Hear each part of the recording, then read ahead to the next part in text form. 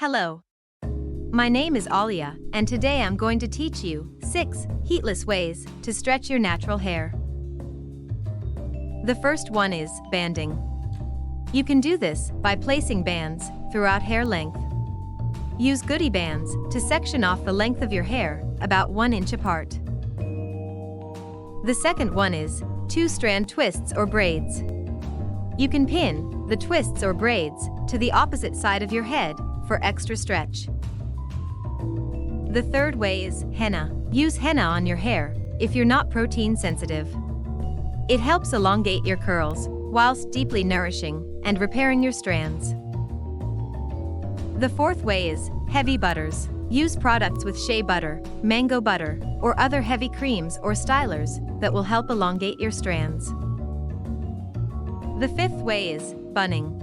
Split your hair in half and make a puff on each side. Twist the puff and wrap it around itself.